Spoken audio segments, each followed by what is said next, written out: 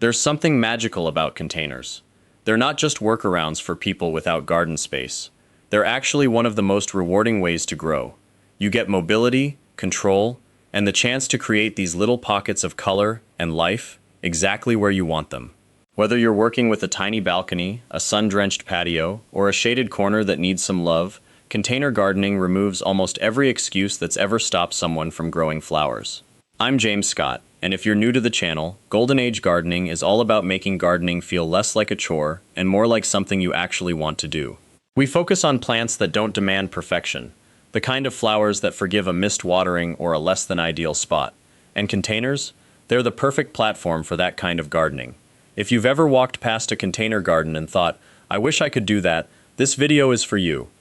Because the truth is, almost any flower can live in a pot. But some flowers absolutely thrive in containers, and those are the ones we're talking about today. I've put together 15 flowers that are genuinely foolproof, visually stunning, and ready to work with your lifestyle, whether you're a first-time gardener or you've been growing things for decades. Before we get into the list, there are a few things you need to understand about container gardening itself, because getting these basics right changes everything. The foundation, getting containers right. The container you choose matters more than most people realize. I'm not talking about spending a fortune on fancy pots. What I mean is that your container needs drainage holes. This is non-negotiable. Roots sitting in water will rot, and once that happens, even the toughest plant is done. So look for containers with at least one hole in the bottom. If you find a pot you absolutely love that doesn't have drainage, nest a smaller draining pot inside it. Size matters too. A lot of beginners overcrowd their containers because they want immediate impact, but plants need room to grow. Use a container that's proportional to the plant's mature size. As a general rule, smaller plants need at least 6 to 8 inches of depth, while larger plants want 12 inches or more. You don't have to fill an enormous pot with a tiny plant. That's actually wasteful and can lead to overwatering problems. The soil you use in containers is different from garden soil. Garden soil holds water in ways that work great in the ground, but in a container, it can become waterlogged and compacted. Instead, use a quality potting mix. These are formulated with ingredients like peat moss or coco coir, perlite, and compost. They drain well while retaining enough moisture to keep plants healthy. The organic matter gives nutrients, and the perlite creates air spaces that roots love. If you're mixing your own, and some gardeners prefer this, aim for something like 3 parts compost, 2 parts peat moss, and 2 parts perlite. But honestly, buying a bag of prepared potting mix is easier and not expensive enough to worry about. Container plants dry out faster than plants in the ground. That soil is exposed on all sides. The sun heats it up, and water evaporates. This means you'll need to check your containers more often. The good news is that this isn't a bad thing. It forces you to get to know your plants. You notice when something's off. When leaves start to look pale or tired, you investigate. It's actually a beautiful way to build real gardening skills. One more thing before we start talking about specific flowers. If you're planting multiple plants in the same container, make sure they want the same things. You don't want a sun lover sharing a pot with a shade lover, because one will always be getting too much light and the other not enough. Same with water needs. A succulent and an impatiens in the same pot will never both be happy. Think about it like roommates. Compatible plants thrive together. The flowers that actually work. Let's start with something that speaks to the heart of summer gardening. Geraniums are what gardeners have been growing in containers for generations, and they're still one of the best choices. I know some people think they're old-fashioned, but there's a reason they've lasted this long. They bloom prolifically all summer, producing these upright flower clusters in reds, pinks, whites, and even bicolors. Plant them in full sun, keep the soil consistently moist but not soggy, and deadhead the spent flowers regularly. Deadheading just means pinching off the flowers as they fade, which encourages the plant to keep blooming instead of setting seed. It takes 30 seconds and completely changes the plant's productivity. You'll get flowers from late spring until your first frost shuts everything down. These are reliable, honest plants. They're not flashy or trendy, but they work, and that's everything. If you're working with shade, which is the trickiest condition for most gardeners, hellebores are your secret weapon. These are perennials that bloom in late winter or very early spring when almost nothing else is happening. The flowers come in white, soft pink, burgundy, and even pale green. What makes them special is that they keep going. Once those blooms fade, the plant develops thick, dark green foliage that's ornamental all season long. In a shaded container, they add interest from winter through fall. They're not dramatic, but they're elegant, and they ask very little of you. These are plants that fit into a shaded corner and quietly make it better. Here's a flower that's sometimes overlooked, but deserves your attention: sun patiens. The name is literally telling you what these plants want. They love full sun and heat. If you're in a hot climate, or you've got a spot that gets blasted with afternoon light, sun patiens will thrive where other flowers struggle. They come in a range of colors: coral, pink, red, white, and purple. They're annuals, so they'll grow all season and give you continuous color until frost. The real benefit is their drought tolerance. If you forget to water for a day or two, they can handle it. That resilience matters for a lot of people. It makes the difference between a thriving container and one that stresses you out. Moving into trailing plants, which create these beautiful cascading effects in containers and hanging baskets, nasturtiums are spectacular. They're annuals, which means they'll complete their whole life cycle in one season, but what a season it is. The flowers are bright, orange, yellow, red, and appear constantly throughout summer. The foliage is interesting too, with these round, slightly fuzzy leaves. They can climb if you give them support, or they can trail if you plant them in a hanging container. The neat thing about nasturtiums is that they're not fussy about soil. In fact, they prefer soil that's not too rich, because rich soil makes them produce lots of leaves and fewer flowers. This is genuinely useful information, because it means you can plant them in basic potting mix and get better results than you would with premium soil. They're very forgiving. Terenia is a flower that's gained popularity in recent years, and rightfully so. They're called wishbone flowers because of the stamens inside the bloom, which form a shape like a wishbone. The flowers are trumpet-shaped and usually come in variations of white, yellow, pink, and purple. The key thing to know about Terenia is that it loves shade. If you have a spot that gets dappled light or partial shade, not total darkness, but not full sun either, Terenia will give you months of blooms. They're compact and don't get leggy. They self-clean relatively well, though deadheading will extend the bloom period. They're perfect for that awkward shaded spot near your porch, or under an eave where nothing else seems to work. If you want something that feels almost tropical, Mandevilla brings that energy to any container garden. These are climbing or mounding plants depending on the variety, and the flowers are these bold, showy blooms in pink, red, or white. The foliage is lush and green.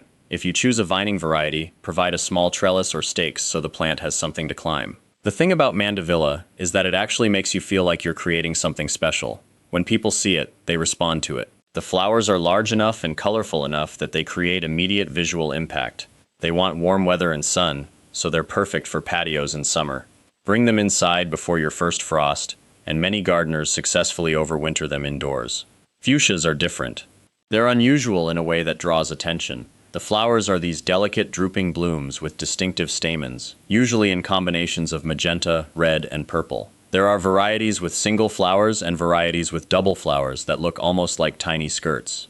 They're a bit more particular than some of the other plants on this list, but not in ways that are complicated. They want afternoon shade, especially in hot climates. They like consistently moist soil. If you provide those things, they bloom abundantly.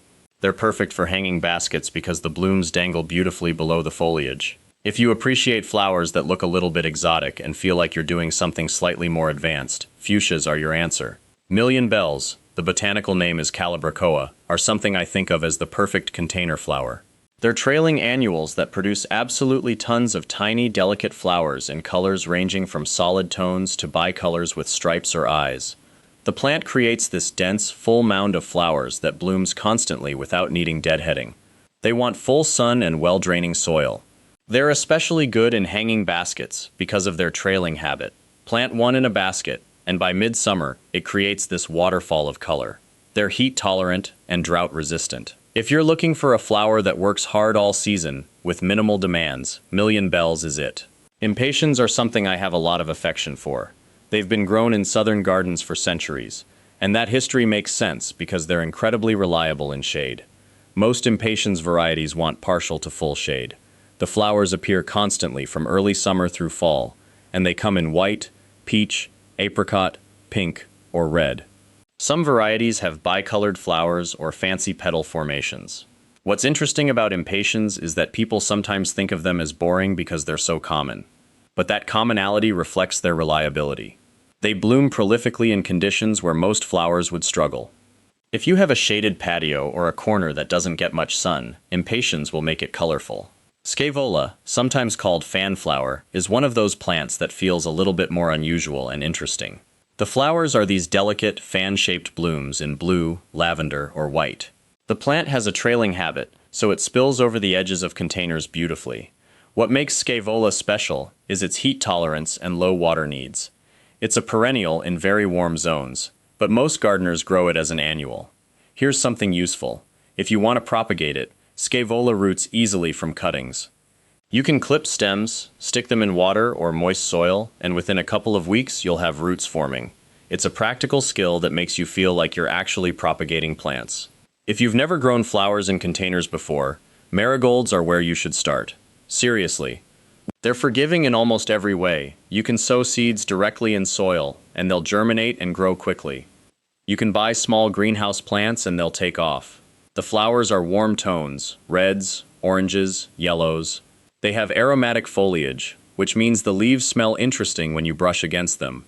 Marigolds want full sun and well-draining soil. They don't ask for much else. They're not delicate or complicated. They're honest, straightforward plants that reward you with blooms. Growing marigolds successfully builds your confidence. You see the progress. You understand cause and effect. You learn how to deadhead, water properly, and adjust based on what the plant is telling you. Then you're ready to try something more challenging. That's how real gardening skills develop. Lantana is another plant that brings bright, bold color. The flowers grow in these clusters that are often bicolored or tricolored, red with yellow centers, or purple with pink edges. The plant produces dozens of these clusters, so the visual impact is substantial. Lantana is a perennial in warm climates, but is typically grown as an annual in containers. The real virtue of lantana is that it attracts butterflies. If you care about supporting pollinators, lantana is one of the most effective plants you can grow. They want full sun and don't need frequent watering. They're easy care and low maintenance. The flowers keep appearing all summer long. Petunias are another classic. They've been improved tremendously over the past couple of decades. Modern petunia varieties like Easy Wave or Cascadia produce more blooms than older types and come in an expanded color range. They're tender perennials, usually grown as annuals. They want full sun and well-draining organically rich soil. Pinching them back when they're young encourages bushier growth and more flowers. As they grow through summer, if they start to get leggy, meaning the stems are getting long with gaps between leaves, you can prune them back and they'll branch out and fill in again. Petunias are the kind of plant that responds to your care. The more attention you pay to them, the better they perform. That responsiveness makes them rewarding to grow. Zinnias are heat-loving, fast-growing flowers that are almost impossible to fail with. They come in an enormous variety of forms and colors. Some varieties have button-sized flowers. Others have blooms that are almost palm-sized. Colors range across the entire spectrum. Zinnias want full sun and well-draining soil. They're another plant where deadheading extends the bloom period significantly. Pinching young seedlings encourages bushier growth. Zinnias grow quickly, so you can see the results of your actions within days. That rapid growth is genuinely motivating. You plant something small, and within weeks, it's a full, flowering plant. Finally, begonias. Begonias are incredibly diverse. There are wax-leafed begonias with simple flowers. There are angel-wing begonias with large, interesting foliage and delicate flowers. There are fancy-leafed begonias grown almost as much for their foliage as their blooms. Most want partial shade. The flowers come in whites, pinks, and reds. The foliage can be plain green or patterned and textured. This diversity means you can find begonias to fit almost any color scheme or aesthetic. They're perennials in warm zones and annuals elsewhere. They want organically rich, well-draining soil that stays consistently moist. So you have 15 flowers that range from the classic and reliable to the more unusual and interesting. Some want full sun, some want shade. Some are annuals, some are perennials. Some are trailers, some are upright. Some are drought tolerant, some want consistent moisture. This diversity is actually your advantage. It means you can work with the conditions you have. You don't have to force plants into spaces where they don't want to be. Start simple. Choose 1 or 2 flowers that match your light conditions and your comfort level. Get those established. Grow them well. Learn what they're asking for. Then expand. The gardeners you see with container gardens that are bursting with color didn't start there. They started with 1 plant, maybe 2. They figured out what worked. Then they tried something new. That experimentation and gradual growth is how you develop real gardening knowledge. One practical thing as you move forward: water matters. Since containers dry out faster than ground gardens, you'll be watering more frequently. In hot weather, you might water daily. That's not excessive. That's just what containers require. Water when the soil is dry about an inch below the surface. Water at the soil level, not on the foliage, because wet foliage can develop fungal diseases. Water thoroughly enough that water runs out the drainage holes, because that ensures the entire root zone gets moisture. Feeding is another consideration.